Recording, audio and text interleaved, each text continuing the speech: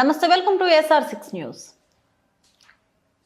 Chandanagar police station పరిధిలోని ఓ భవన నిర్మాణ స్థలంలో సిలిండర్ బ్లాస్ట్. భారీగా ఎగిసిపడ్డ మంటలు, కార్మికులు లేకపోవడంతో తప్పిన పెను ప్రమాదం. సంఘటన స్థలానికి చేరుకొని 3 అగ్నిమాపక యంత్రాలతో మంటలను ఆర్పుతున్న అగ్నిమాపక సిబ్బంది.